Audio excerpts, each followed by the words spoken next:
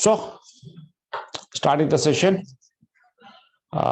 please make this clear that this is not a training course. Right now, what we are conducting is not a training course, but this is a question and answer session for those who are registered with us for different server-based courses. So again, repeating, this is not a class, this is not a course, whatever we are taking, but is a only question and answer session for those who are registered with us for different online server-based courses. They are having some questions at regular intervals. We are taking these sessions for those who are registered and are having some questions or any doubts or wants to have clarity on any topic. This is for those. We are sending this invitation with any request of any question raised or anything which you want to discuss with us. And today we got some questions, and here are the questions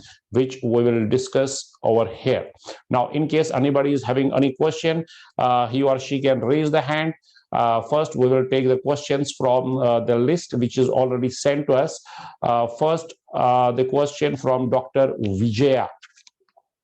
These are the copy-pasted questions.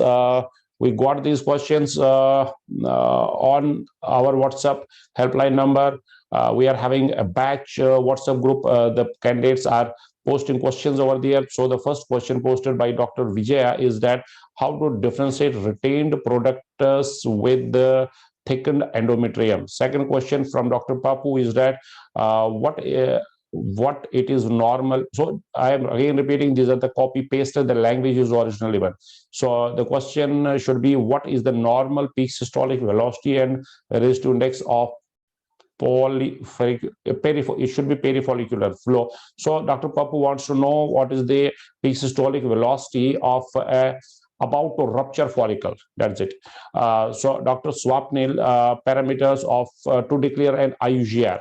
Dr. Veer Mahindra Pal Singh, calculation of prostatic volume, particularly measuring in longitudinal axis. So Dr. Veer wants to know how to calculate the prostatic volume.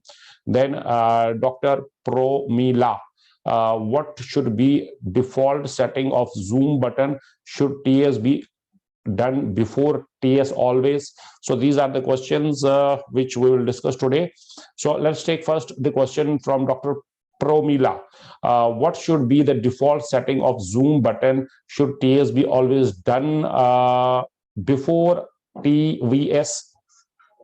So we'll be taking Dr. Promila's question first. Dr. Promila's question is that what should be the default setting of zoom button? That is the first part of the question.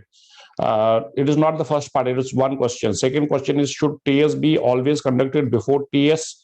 Now, see, there is nothing default. When we are taking ultrasound machine scan, the ultrasound machine will ask for the settings. These settings are different for different patients. Even in one patient, I have to set the setting as per my requirement for now. So there is nothing default zoom. No. I will request that candidate, Dr. Promila, to complete the physics and machine settings. We are discussing this in great detail in physics and machine settings. Probably that doctor has not gone to nobology class yet. Nobology is a detailed class of about 40 minutes only nobology. So complete the nobology section. So in that session, we are taking this all in detail, when to set what. As you have already posted the question, this zoom has to be the last option. So you should not start with zoom. Never ever start with zoom, because if you will start with zoom, your frame rate will not get adjusted. Now you might be thinking, what is the frame rate and how important that is? For that, you have to complete the physics and machine settings, especially that nobology class. So go back to the nobology class, not go back. I am very much sure that you have not yet touched the nobology class. So I am again repeating, whosoever is posting the question or is about to post, complete this, that course first, then post the question. By course, I mean that topic at least which you are about to post. So coming back to the Zoom, Zoom is the last option. You never have to start with Zoom. You have to end with Zoom. First, you have to set the frequency. This all is in class. You have to set. Right now, we are not taking the class. We are taking question and answer sessions. So first, you have to set the frequency. Before frequency, you have to go to the appropriate preset. First, go to the appropriate preset, then fix the frequency depending on the scan area and depending on the patient. That is already covered in the class, which you have not even touched yet. Then you have to set the frequency as per your requirement, then the depth, not the zoom, then the depth. After the depth, why depth? Because depth will increase your frame rate. If you will decrease the depth, it will get increases. So have an appropriate depth, preferably a low depth. Then the zoom. So the last is the zoom, not to start with zoom, but with end with zoom. So the second part of the question, not second part of the question, the second question is that from the same candidate, Dr. Promila, is that should TS be always done before TVS? Preferably yes. Preferably you should first go for a TS scan and then TVS. Why? Because we are discussing these things in gynecological ultrasound. You again have not even touched the gynecological ultrasound, because if you have completed the gynecological ultrasound, you know that there are some abnormalities which will be picked by TAS, not by TVS. So TVS is not superior to TAS, not always. No, resolution wise yes, but the contours, if you want to see the contours, then it will be difficult for TVS to pick the contour deformities. For example, the bicoordinate uteruses. For bicoordinate uteruses, you have to switch from TVS to TAS. So preferably, yes, you should have an idea of a broad view first, and that broad view is not possible on TVS but on TAS. So preferably, yes, you should go for TAS first, not only for the uterine contours, because you will get an idea of ovaries, where the ovaries are on TAS, because TVS will give me an idea where the ovaries are exactly located. If ovaries are far away from the uterus, then I have to angle my probe accordingly. So first have an idea on TAS, then insert the probe. So the point is that when patient is coming, automatically the patient by default is thinking that I have to fill the bladder. Make her to fill the bladder, then take a scan on TAS. That will give you the contour, idea of the contour and the location of the ovaries, the rough estimate of the location of ovaries. Then take the TVS scans. Now, second question, parameters to declare IUGR from Dr. Swapnil. Dr. Swapnil is posting when to declare a patient as a IUGR. Now see, there are two things which you have to understand. First is the asymmetrical IUGR and the symmetrical IUGR. In symmetrical, now see, these things we are discussing in color Doppler. I don't know whether that candidate has taken the color Doppler, have completed the color Doppler. Again, repeating, if you have not completed the topic, don't pose the question from that topic which you have not completed yet, because maybe that your answer is already there, and your answer 99.99% will be over there only. Now coming to the question, Dr. Swapnil, how to declare, when to declare an IUGR.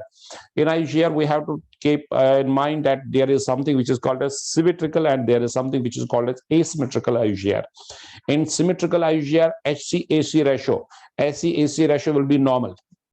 So the point is, if you are taking a head circumference scan, perimetry rather, if patient is 30 weeks as per LMP, for example, 30 weeks as per LMP, head perimetry will be of 30 weeks. Now, abdominal circumference will be also 30 weeks. I am right now telling, in case of symmetrical IUGR, what will happen in symmetrical IUGR? If patient as per LMP is 30 weeks, this head circumference will be less, maybe 24, 25 weeks. And same will be the abdominal circumference also, and the femur length also. So when everything is decreased, everything means head as well as abdomen as well as femur is decreased, that is symmetrical IUGR. Now coming to the asymmetrical IUGR, when to label as asymmetrical IUGR. In asymmetrical IUGR, usually head perimetry will not be much decreased than the abdominal perimetry. It means if again patient as per LMP is 30 weeks, for example, and your abdominal circumference is 24, this head perimetry will not be 24 or 25, but can be 28. So that way, the head perimetry is not lagging much than the abdominal circumference. So in that case, if you will take a ratio, that is HC-SC ratio, that will be increased. So if increase SC ratio, that is asymmetrical IGR. And now what will you expect in an symmetrical IGR? HC-SC ratio will be normal. But both will be decreased. I mean, not ratio. Ratio will be maintained, but HC will be dropped as well as AC will be dropped. So the net HC-AC ratio will be constant, will be stable, will not be increased. So that way you can differentiate between a symmetrical and asymmetrical IGR. But here you have to keep in mind that there is something which is called as constitutionally small fetus. And here is something which is called as low growth potential, low growth support. What is low growth potential and low growth support? Low growth potential is that the potential of the baby is low and he is not gaining the weight which I am expecting him to catch. That is low growth potential. Another is low growth support. In low growth support, the baby was supposed to be 3,400, for example, 3,400, but he stopped growing beyond 2,800. That is low growth support. These things we will discuss in actually their low trophoblastic impairment of trophoblastic invasion is over there, which we will discuss in fetal color Doppler. So this way you can make out the IUGRs. Next question from Dr. Veer is that calculation of prostatic volume, especially the particular measurement in longitudinal axis. This is what the question is saying. Dr. Veer, see, not only prostatic volume, only volume. I am repeatedly saying this volume calculation is to be done with 3 measurements. Now, machine is born blind. Machine does not have eyes. Machine is taking as if you have taken the accurate measurement. What I mean by accurate measurement is the 3 dimensions. First dimension has to be taken from anterior to posterior. Anterior to posterior. Now, in which section you can take anterior to posterior? In transverse as well as in longitudinal, but we are usually taking it in transverse section. So in transverse section, you will be taking anterior to posterior, but in width can be taken only and only in longitudinal section, that is from right to left, because I don't have any right and left in longitudinal section, so I will be taking the width in transverse section only. But the length cannot be taken in transverse section. For length, I have to go to the longitudinal section. From superior to inferior, I will be taking the length. Then I will give these 3 measurements to machine. Then only whatever value will come, that will be accurate. Now, regarding this prostatic volume, same. First, put the probe like this, transverse section, then rotate it. Not only rotation, because prostate is behind the pubis symphysis. It is inferiorly. So you have not only to rotate, because if you will only rotate, you may not see the longitudinal section of the prostate. You have to rotate it, but you have to tip it. You have to tip it posteriorly so that the prostatic length will be seen. So this way you can calculate any volume, and this is the practical tip for the prostatic measurement.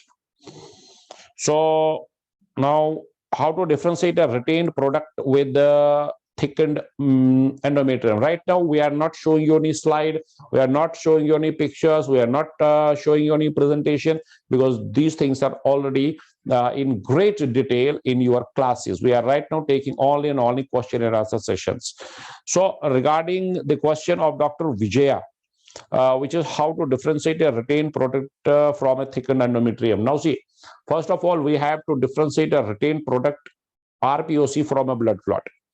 In blood clot, we will not have a flow. Only color Doppler will differentiate it over here, whether I am dealing with a color retained product or I am dealing with a blood clot. When I will be putting a color over there, what I will see that the retained product of conception RPOC will take color. But In case of RPOC, in case of blood clot will not take color. Here you should be very clear that the blood clot, being a blood, is not taking color. Why? Because this is a dead blood. Doppler will take only and only the flow which is running in the vessels. So that way, don't expect your blood clot to take a blood, because that is a dead blood. But in RPOC, we are having still the trophoblastic invasion. So the color, whatever is seen in RPOC, is of the trophoblastic invasion. Now, your question is that how to differentiate a retained product from a thickened endometrium. First of all, if it is thickened endometrium, the whole of the endometrium is thickened. Whole of the endometrium, from fundus to the isthmus up to cervix, is endometrium. This whole will be thickened, but more it will be in the fundal area. Now, if it is a retained product, that cannot occupy whole of the cavity. Point number one.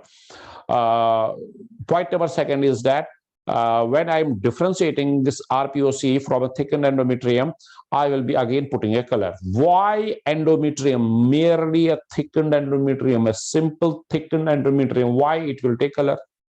It will not take color. Whereas RPOC will take color. Now from that color, if you will take a pulse wave, that should show you a typical low resistance flow. Low resistance flow, again repeating, low resistance flow is for a retained product of consumption. So this way you can differentiate whether I am dealing with a retained product or RPOC, RPOC or a blood clot, and this way you can differentiate a thickened endometrium, simple thickness of endometrium, or RPOC. Now, Dr. Pappu is posting, I am reading the question. Dr. Pappu is posting the question that what is the peak systolic velocity of a perifollicular flow during follicular study? Now, Dr. Pappu's point is that when we are taking a follicular study, in follicular study, what we are taking the flow around the follicle. Why? Because we want to see whether this is the dominant follicle first, and if this dominant follicle is reshaped, for example, 25, 26, 28 millimeters, when it is going to rupture. So this is the prediction of ovulation. So the prediction of ovulation can be calculated, can be taken a rough estimate of the rupture, about to rupture follicle, can be taken by the color Doppler also. If you put a color on that and your whole of the follicle is showing you color, then it is about to rupture follicle. Now, not always whole of the follicle will show you color. 70%, more than 70%. If it is more than 70% of the follicle, that is about to rupture. But here you have to keep in mind the physics, the hitting angle, the angle of insonation, which is taught to you in that physics, Doppler physics, that you should not hit by 90 degree. If your beam is, in fact, you are not hitting, your beam is hitting by 90 degree, that part will not be seen on Doppler. So keep these points in mind, that if it is more than 70%, then it is about to rupture. Now, the question was, how much is the peak systolic velocity? The point here is that first we have to get the flow. We have to get the flow, then we have to get the flow, then from flow, on flow rather, on that flow, which I told you about a 70%, more than 70% is for the about to rupture follicle. Now pay attention, whenever we are putting gate, whenever we are putting a pulse gate on that flow, then we are seeing the systolic peaks and the diastolic flow. The systolic, now the question is, I was elaborating the question, I was giving a detailed answer to that question. The question straightway was, what should be the peak systolic velocity? But if I will straightway tell you the peak systolic velocity, you will not understand. So that is why I am giving you a detailed reply so that each and everybody will understand. Maybe Dr. Papu is very much clear with this peak systolic velocity. Now the question is that whenever I see a flow, I put a gate onto that flow, I will see a systolic flow. The systolic flow peak with respect to velocity, that is peak systolic velocity. So I was just making the question simple and understandable for those who are not knowing this. Now this peak systolic velocity, we have a chart over there. We have a graph over there. Not actually graph, a scale 0, 10, 20, 30. So I have to see the peak systolic velocity to the velocity scale, that is peak systolic velocity. Now the answer to this peak systolic velocity is 10. If it is more than 10, then it is about to rupture follicle. So the peak systolic velocity is giving me more confirmation that this is about to rupture follicle. But more important is not a peak systolic velocity here, but it is the flow which is surrounding the follicle, which should be more than 70% in a about to rupture follicle. So it is peak systolic velocity of greater than 10 centimeters per second is a prediction of ovulation. We have to see other things also on grayscale, the cumulus ophorus, the inclination of the edge, which we are discussing in great detail in gynecological ultrasound. So these were the questions which were posted before this session. We are taking these questions before this session so that we can make a slide and we can show you the questions posted.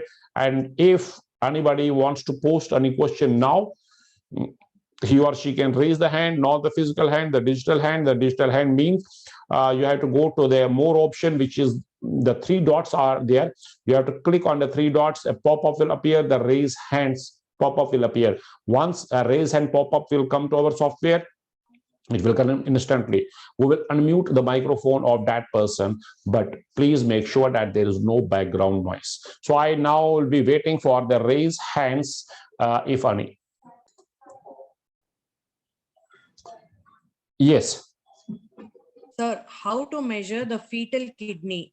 Whether in the transverse or in the longitudinal, we need to measure the fetal kidney, sir. Okay, so the question from Dr. Kavya is that how to measure a fetal kidney. First of all, I will not give you one word answer that it is in longitudinal, not in transverse. First, try to understand how one can take a longitudinal section. You have to take a complete length of the fetus. Complete length means that that will be a sagittal scan. Once you are in sagittal scan, then you have to take a small parasagittal section. I have to go minimal parasagittally, then I will see kidney, and that kidney will be in length. That is the longitudinal section of the kidney. First point.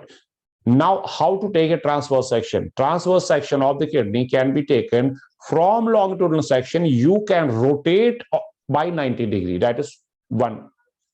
Second is that when you are taking the abdominal circumference, you have to come down by some millimeters or some even centimeters. You have to come down. You will see that 2 kidneys will be cutted in cross section. So you will be seeing only 1 kidney in longitudinal section, and you may be cutting through both kidneys in a transverse section. Now the question is where to measure. You have to measure the kidney in longitudinal section. So Dr. Kavya, the answer is longitudinal section, not the transverse section. So you will be taking the length of the kidney over there. Then you will be taking an AP diameter. AP diameter being in longitudinal section, you can take the AP diameter also. So third measurement, you can take an RPD, renal pelvic diameter over there. Renal pelvic diameter is the renal pelvis, which should not be more than 0.5 and the length 0.5 centimeters, and the length of the kidney is usually corresponding with the gestational age in weeks. It means that if you are taking a 32 weeks fetus, scan of 32 weeks fetus, your kidney approx length will be about 32, but we are not taking the length of the kidneys to calculate the gestational age. So I'm giving you a rough estimate that if you are scanning a 30 weeks and all of a sudden you are seeing a 50 millimeters length of kidney, that is abnormal. What that can be, Dr. Kavya, if the kidneys are increased? Hydronephrosis. Okay, hydronephrosis is one. Second? Multicystic kidney disease. Multicystic disease, right? So multicystic disease, the kidney will be hyperechoic, not only increase the hyperechoic also, but there will be no hydronephrosis. In hydronephrosis, I will not see a hyperechoic kidney, but in multicystic, yes, I will be seeing hyperechoic. Very good, Dr. Kavya. Anything else? Sir, one more question, sir. Sometimes in launch, we see when we take abdominal circumference, sir, and even at the level of when we say take the transverse section of the kidneys, we see some longitudinal anechoic small structures are seen, which is not stomach, which is not urinary bladder. So what do we actually mention in the report? Yeah. So what the question is that we sometimes see some anechoic structures, but these structures, first you have to see where from they are arising. The point here is that you have to keep a very important point in your mind, that there is something which is called as adrenal gland. If you will be scanning my adrenal gland, I mean my kidney, you may not see an adrenal gland, and usually you don't see an adrenal gland in case of adult scanning. But whenever you are taking a scan of fetus, adrenals are very prominent in the fetus. So the point is that if kidney is missing, you may think that this adrenal is actually a kidney, which is not. That is the catch over here. So now I cannot say where from you are cutting. So make sure that you are not cutting through the adrenals. That is one possibility. Second possibility is that maybe that there is some bowel loop over there, which is having a minimal dilatation, and you are cutting from there. So you have to see where from you are cutting. Now in report, you cannot label that. You cannot make a diagnosis that there is some hyperechoic or anechoic or hypoechoic lesion. You have to first see where from that is. Now, if there is a hypoechoic or anechoic, I will say, lesion in the lower down, below abdomen, that can be cyst, which is in pelvis, and it can be an ovarian cyst over there. Yes, we are seeing usually these ovarian cysts very frequently in patients. So you have to first see where from you are cutting. Then that anechoic lesion can be a gallbladder also. So you have to see where from you are cutting. And if it is not adrenal gland, if it is not an ovarian cyst, if that is not a gallbladder, then it can be a small bowel loop, which is having a minimal dilatation over there. Anything else? No, sir. Thank you, sir.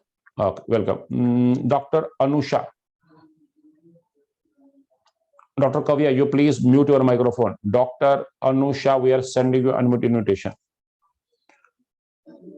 Hello, sir. Dr. Anusha, yeah. Hello, sir. Yeah. Sir, in breast ultrasound, so how to examine the axillary lymph nodes, sir? It is not mentioned in the module. That's why I'm asking. No, this is very simple. Now see, axillary lymph nodes, whenever you are scanning the breast, that is already taken in detail in breast ultrasound. What you have to do, you have to slide the probe towards the axilla. That is all.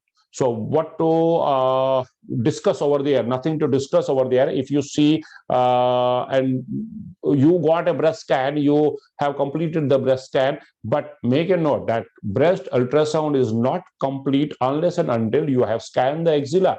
Just put a probe in the axilla and see for any lymph nodes. That lymph node is actually a mirror of the breast itself. If you pick, now see the correlation, if you pick a lymph node in axilla, that is that automatically means that something wrong is with the breast. Then you have to see whether that lymph node is a simple lymph node, inflammatory lymph node. By simple I mean, or malignant lymph node. So first, answering your question, there is nothing to discuss. You have to simply put it in the axillary region, and if you see a lymph node, then you have to see whether this is malignant or simple inflammatory. Now my counter question to you is that how will you differentiate a lymph node to be benign or malignant? If there is a central echogenic hilum is there. Very good. So the first point is that we have to see for this center. If center is hyperechoic, usually it is hyperechoic, then it is going in favor of benign. But if it is hypoechoic, decreased echogenicity, that is going in favor of malignancy. Next point.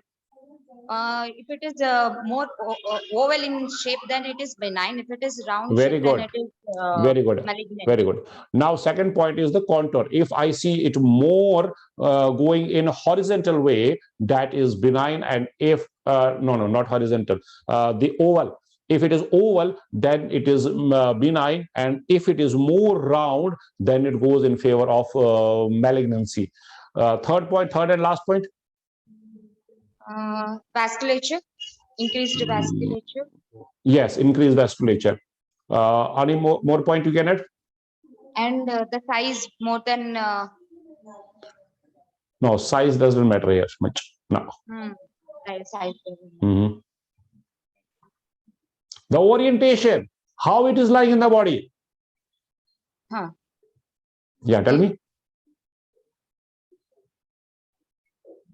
Now see, if I am seeing a normal, by normal I mean just an inflamed lymph node, that will be more horizontal or vertical? More horizontal. Yes. So if you see it horizontal, that is not malignant. But if it is more vertical, then it is going in favor of malignancy. Okay? Anything else? Nothing, sir. Okay. Thank you. Welcome. Now, Dr. Nilesh. Dr. Nilesh, we have sent you an invitation. Dr. Hello. Nilesh? Hello, sir. Yeah. Please put your question. Sir, I'm a MBBS DJO. I'm a gynecologist in Maharashtra. My question is that, am I eligible for doing all ultrasound, like abdominal ultrasound, thyroid? Now, see, this is not the question of the course. The question put by you is that will I be allowed to perform the abdominal ultrasound also? Is that your question? Yes, sir. Yes, sir. Yeah. Now, see, it depends on the CMO, whether he will be allowing you to do the abdominal ultrasound also or not. But as per my knowledge, the first of the PNDT is all about the fetus. If he will be allowing you to do a fetal ultrasound, then what is wrong with scanning the gallbladder? So 99.99% he will not, tell you not to scan the abdominal ultrasound. Usually, what the CMO, by CMO I mean the appropriate authority, what the PNDT fellows, these officials are doing, they are taking an affidavit, not from a gynecologist, but from a surgeon. For what? Not to do a gyne ultrasound, because PNDT is all about the gyne ops. Yes, but if he is giving you a permission to scan the fetus, then what is wrong with scanning the gallbladder? Okay. Yes, sir. Thank you, sir. There is one more hand raised, Tawqir Alam. So, Dr. Tawqir Alam, we are sending you an invitation. Please accept it. Dr. Tawqir Alam, say hello. Dr. Alam, do you have any question? There is one more candidate, but the name is not coming up. I am sending the invitation, whosoever will get it. Please, Dr. Vijaya, probably. Zoom user. Yeah, I'm sending the invitation to one. Please accept it. Yeah, Yes, say hello. sir. Hello, sir. What is your name? Dr. Vijay, sir. Yeah, Dr. Vijay. What is your question? So my question is how to diagnose that this is the true cord around the neck. Sometimes we diagnose around the cord around the neck, but when we do Caesar, I will elaborate we your find- question. I will elaborate your question. I have smelled your question. Now see the question Dr. Vijay is posting. Dr. Vijay, you will tell me whether I have picked your question right or not. Now the question is that Yes. sometimes there can be cord round neck, actually cord round neck, and there can be something which is cord near the neck.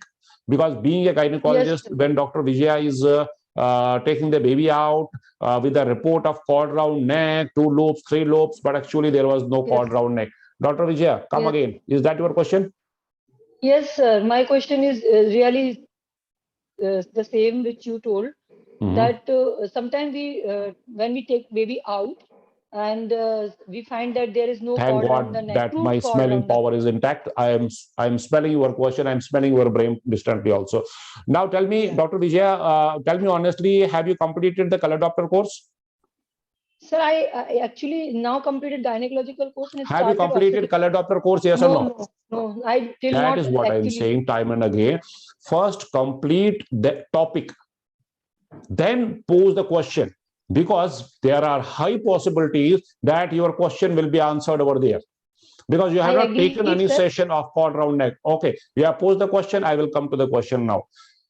Now, first of all, if the baby is in parasagittal section, Dr. Vijay, you will discuss with me. If the baby is in parasagittal section, parasagittal means that that baby is in length. And Yeah. now imagine me in length. You are taking my sagittal section here. There is a loop over here. There is a loop over here. On Yes. sagittal section, it will look like there is a cord around neck. There can be another loop over here. So that is Yes. cord near the neck. That on longitudinal section can be easily confused with cord around neck. Dr. Vijay. Yes, sir. Yes, That is sir. cord near the neck, not around Near the the neck. neck. Now you think Yes. and tell me, how can I confirm, in which section I can confirm that it is actually around the neck? The transverse section. Very good. Now see, my job is to extract the things from your mind.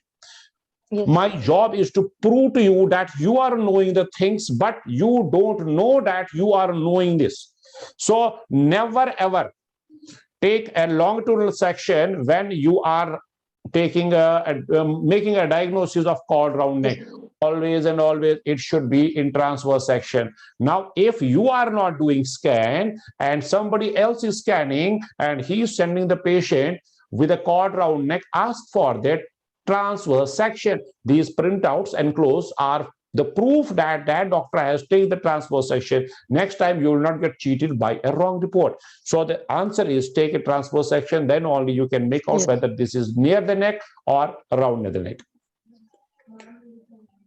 Anything else? Okay. Thank you, sir. Welcome.